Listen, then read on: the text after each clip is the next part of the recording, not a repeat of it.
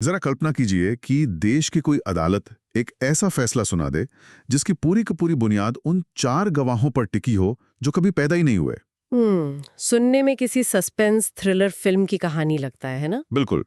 और कोई भी सोचेगा कि यार ऐसा कैसे हो सकता है। लेकिन अगर हम गवाहों की जगह अदालती मुकदमों और पुराने फैसलों को रख दें तो ये कोई कहानी नहीं रह जाती। हाँ, ये एकदम कड़वी असलियत है। सही बात है। और आज का हमारा ये गहन विश्लेषण इसी चौंकाने वाली असलियत के इर्द गिर्द घूमने वाला है। आज हमारे पास जो स्रोत और दस्तावेज है ना, वे सीधे भारत के सुप्रीम कोर्ट से आते हैं। 27 फरवरी 2026 का रिकॉर्ड ऑफ प्रोसीडिंग्स है ये। हाँ, याचिका संख्या 75/75/2026। और आज का हमारा मिशन ये समझना है कि कैसे संपत्ति विवाद का एक बेहद साधारण सा मामला, मतलब देखते ही देखते पूरी न्यायिक प्रक्रिया की ईमानदारी और सत्यनिष्ठा के लिए एक बहुत बड़ा संस्थागत संकट बन गया। जिसे कानूनी भाषा में हम इंटेग्रिटी ऑफ एडजुडिकेटरी प्रोसेस कहते हैं। बिल्कुल वही। और सबसे बड़ी बात, ये संकट किसी इंसान ने नहीं बल्कि आर्टिफिशियल इंटेलिजेंस या एआई ने पैदा किया है। तो चलिए इसे थोड़ा विस्तार से समझते हैं। हाँ, और यहाँ ये स्पष्ट करना बहुत ज़रूरी है कि हम इस पूरे मामले को महज एक तकनीकी गड़बड़ी या ग्लिच मानकर खारिज नहीं कर सकते। एकदम सही बात है। हमारा मकसद यहाँ किसी पक्ष को सही या गलत ठहराना नहीं है, बल्कि सिर्फ स्रोत में दी गई जानकारी को सामने रखना है। तो कहानी की शुरुआत में चलते हैं। ये सब शुरू हुआ गुम्माड़ी उषा रानी बनाम सुरे मल्लिकार्जुन राव के मामले से। हम्म। दस्तावेज बताते हैं कि ये एक निषेधाज्ञा मतलब इंजंक्शन का मुकदमा था। निचली अदालत ने संपत्ति की असली स्थिति जानने के लिए एक एडवोकेट कमिश्नर नियुक्त कर दिया। जो कि बहुत ही आम बात है। हाँ, और फिर याचिकाकर्ताओं ने उस कमिश्नर की रिपोर्ट पर कुछ आपत्तियां जता दी। यहाँ तक तो सब कुछ किसी भी आम दीवानी अदालत की कार्यवाही जैसा ही लग रहा था, है ना? बिल्कुल लग रहा था। भारत की अदालतों में हर दिन ऐसे हजारों मामले सुने जाते हैं जहां कमिश्नर रिपोर्ट सौंपते हैं और कोई ना कोई पक्ष आपत्ति दर्ज कराता है। इसमें ऐसा कुछ भी नहीं था जो सीधे सुप्रीम कोर्ट का ध्यान खींच सके। लेकिन कहानी में असली मोड़ आता है 19 अगस्त 2025 को। निचली अदालत ने वो आपत्ति खारिज कर दी। अब आपत्तियां तो खारिज होती रहती हैं, लेकिन अदालत ने अपने फैसले को सही ठहराने के लिए 4 बहुत ही विशिष्ट मुकदमों का हवाला दिया। और उनके नाम एकदम असली लग रहे थे। बिल्कुल। मैं पढ़ता हूं। पहला था सुब्रमण्यम बनाम एम नटराजन, 2013 का केस। दूसरा चिदम्बरम पिल्लई बनाम एसएल रामसामी। हाँ। तीसरा लक्ष्मी देवी बनाम के प्रभा, 2006। और चौथा गजावन बनाम रामदास, 2015। मतलब कोई भी सुनेगा तो लगेगा कि पक्की कानूनी नजीरें हैं। वॉल्यूम और पेज नंबर के साथ पूरा साइटेशन दिया हुआ। दिखने में ये सब एकदम प्रामाणिक लगता है, और कानूनी दुनिया में तो सिटेशन ही सब कुछ होता है ना। जब कोई जज ऐसा सिटेशन देखता है तो वो तुरंत मान लेता है कि ये किसी स्थापित डेटाबेस से ही निकाला गया होगा। लेकिन यहाँ मामला सच में बहुत हैरान करने वाला हो जाता है। जब याचिकाकर्ताओं ने जांच की तो पता चला कि ये चारों के चारों फैसले असल में वजूद में ही नहीं है। अरे बाप रे! हाँ, ये एआई द्वारा गढ़े गए पूरी तरह से फर्जी या सिंथेटिक फैसले थे। मतलब ये तो बिल्कुल ऐसा है जैसे कोई आपको एक फर्जी पता देवे जिसमें गली का नाम, मकान नंबर सब एकदम असली लगे, लेकिन वहाँ असल में सिर्फ एक खाली मैदान हो। बिल्कुल। कोई कैसे शक करेगा? मेरी तो समझ में ये नहीं आ रहा कि कोई वकील ऐसा क्यों करेगा। क्या बस चैट जीपीटी खोला और लिख दिया कि मुझे केस जिताने के लिए 4 फैसले दे दो? ये सोचना बहुत आसान है कि ये महज आलस का नतीजा है। लेकिन यहाँ जो बात सबसे दिलचस्प है वो ये है कि हमें इसके पीछे की तकनीक को समझना होगा। इसे हैलुसिनेशन कहा जाता है। अच्छा, तो ये हैलुसिनेशन असल में होता क्या है? देखिए, हमें लगता है कि ये जो लार्ज लैंग्वेज मॉडल या एआई है वो किसी सर्च इंजन की तरह काम करते हैं। मतलब वो इंटरनेट पर जाकर कोई असली जानकारी खोजते हैं, लेकिन ऐसा नहीं है। मतलब वो जानकारी नहीं खोजते? नहीं, ये मॉडल मूल रूप से सिर्फ शब्दों की भविष्यवाणी करने वाले इंजन होते हैं। वो गणितीय संभावनाओं के आधार पर ये तय करते हैं कि एक शब्द के बाद दूसरा कौन सा शब्द आना चाहिए। अरे मतलब वो बस शब्दों को जोड़कर वाक्य बना रहे हैं? बिल्कुल। इसे एक ऐसे अति आत्मविश्वासी छात्र की तरह समझिए जिसने परीक्षा के लिए कोई पढ़ाई तो नहीं की है, लेकिन उसे ये पता है कि एक बेहतरीन उत्तर लिखा कैसे जाता है। हाँ, ये तो बहुत ही सटीक उदाहरण है ना? जब उस मशीन से मुकदमों के बारे में पूछा गया तो उसने कानूनी भाषा की शैली की नकल कर ली। उसे पता है कि भारत में संदर्भ कैसे दिए जाते हैं, एक नाम, फिर बनाम, फिर साल और पेज नंबर। एआई ने झूठ बोलने की नीयत से ये नहीं किया, उसने बस एक ऐसा क्रम तैयार किया जो सांख्यिकीय रूप से एकदम सही लग रहा था। ये तो सच में रोंगटे खड़े कर देने वाली बात है। मशीन सिर्फ पैटर्न पहचान रही है, तथ्य नहीं।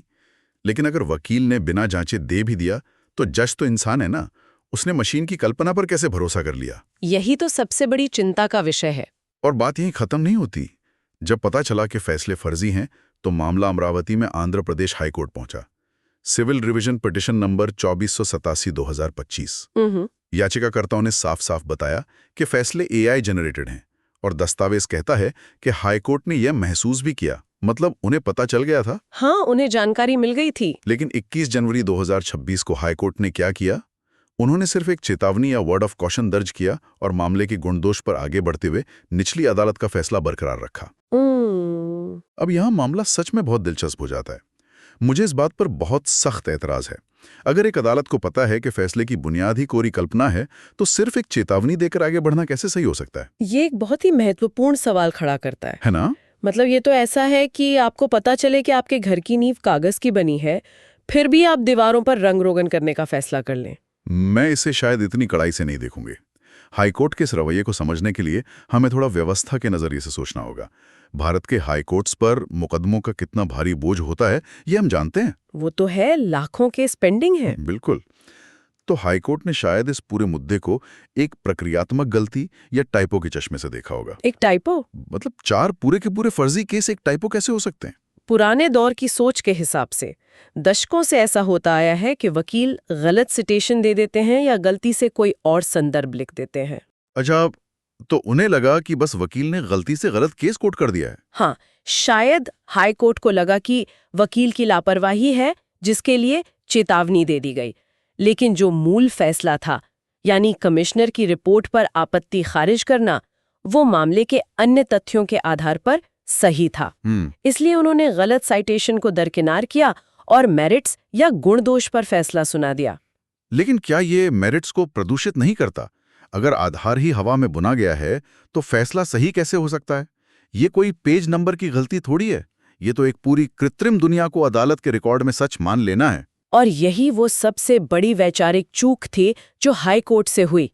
उन्होंने AI के इस हैलुसिनेशन को पारंपरिक इंसानी गलतियों के बराबर मान लिया। बिल्कुल। वे ये नहीं देख पाए कि ये कोई साधारण भूल नहीं है, बल्कि न्याय प्रणाली के भीतर एक कृत्रिम सत्य की घुसपैठ है। अगर अदालत ये स्वीकार कर ले कि फर्जी केस के आधार पर भी फैसला दिया जा सकता है, तो सबूतों की पवित्रता का क्या मतलब रह जाएगा? एकदम सही कहा आपने। और मुझे लगता है कि इसी ढुलमुल रवैये ने सुप्रीम कोर्ट को इतने सख्त तरीके से दखल देने पर मजबूर कर दिया। बिल्कुल। ये 27 फरवरी 2026 की सुनवाई है। जस्टिस पामिडी घंटम श्री नरसिम्हा और जस्टिस आलोक आराधे की बेंच ने इस मामले को सुना। आदेश की भाषा ही बता रही है कि वे इसे कितनी गंभीरता से ले रहे थे। हाँ, उन्होंने स्पष्ट किया कि ये केवल संपत्ति का अधिकार नहीं है। हाँ, शुरुआत में ही अदालत कहती है कि ये एक संस्थागत चिंता का विषय है। और संस्थागत चिंता का सीधा सा अर्थ है कि अब सवाल जमीन का नहीं है। सवाल ये है कि क्या देश की न्यायिक व्यवस्था पर भरोसा किया जा सकता है? सुप्रीम कोर्ट यहाँ ये स्थापित कर रहा है कि न्याय केवल अंतिम परिणाम नहीं है, बल्कि प्रक्रिया भी है। मतलब फैसला कैसे लिया गया ये भी उतना ही जरूरी है। बिल्कुल। अगर प्रक्रिया में मशीन द्वारा गढ़ा गया झूठ शामिल हो जाता है तो पूरा सिस्टम ही कमजोर पड़ जाता है। तो इन सब का आखिर मतलब क्या है? सुप्रीम कोर्ट ने जो लकीर खींची है वो आदेश में साफ दिखती है। उन्होंने कहा कि फर्जी मुकदमों का इस्तेमाल करना कोई निर्णय लेने की गलती नहीं है। उन्होंने इसके लिए बहुत भारी शब्द इस्तेमाल किया। उन्होंने इसे स्पष्ट रूप से कदाचार या मिसकंडक्ट घोषित किया। ये एक बहुत बड़ा फर्क है। गलती और कदाचार के बीच की ये खाई इतनी गहरी क्यों है? देखिए, कानूनी दुनिया में एरर और मिसकंडक्ट के बीच जमीन आसमान का अंतर है। जब कोई जज या वकील समझने में कोई गलती करता है तो वो एक मानवीय चूक मानी जाती है। ऊपरी अदालतें उसे ठीक कर देती हैं। यानी उसमें नियत पर सवाल नहीं उठता। सही कहा। लेकिन जब सर्वोच्च अदालत इसे कदाचार कहती है तो नजरिया बदल जाता है। कदाचार का मतलब है पेशेवर कर्तव्यों का घोर उल्लंघन। ये एक दंडात्मक शब्द है। मतलब इसके लिए सजा मिल सकती है, लाइसेंस रद्द हो सकता है। बिल्कुल। सुप्रीम कोर्ट ये साफ संदेश दे रहा है कि मशीन ने मुझे ये केस दिया, मुझे लगा ये सही है, ये अब कोई बहाना नहीं चलेगा। AI की अज्ञानता कोई ढाल नहीं हो सकती। मतलब अब जिम्मेदारी पूरी तरह से इंसान के कंधों पर है। अगर एआई का इस्तेमाल कर रहे हो तो उसे 100 बार जांचना तुम्हारा ही काम है। एकदम सही, क्योंकि एआई अदालत में जवाबदेह नहीं है, वकील और जज जवाबदेह हैं। इसके बाद अदालत ने तुरंत कमिश्नर की रिपोर्ट पर कार्यवाही रोक दी। लेकिन मुझे यहाँ एक बात सच में हैरान करती है। इसके बाद जो हुआ, अदालत ने देश के सबसे बड़े कानूनी अधिकारियों को नोटिस जारी कर दिया। हाँ, अटॉर्नी जनरल और सॉलिसिटर जनरल को। और यहाँ तक कि बार काउंसिल ऑफ इंडिया को भी। साथ ही श्री श्याम दीवान जैसे वरिष्ठ वकील को एमिकस क्यूरी नियुक्त कर दिया।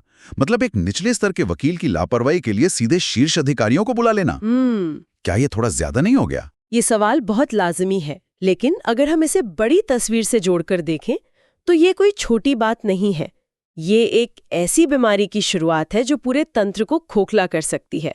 अटॉर्नी जनरल और सॉलिसिटर जनरल केवल सरकार का बचाव नहीं करते, वे न्याय प्रणाली के बड़े मुद्दों पर अदालत की सहायता भी करते हैं। अच्छा, और बार काउंसिल का काम तो वकीलों के नियम तय करना है ना? सटीक बात।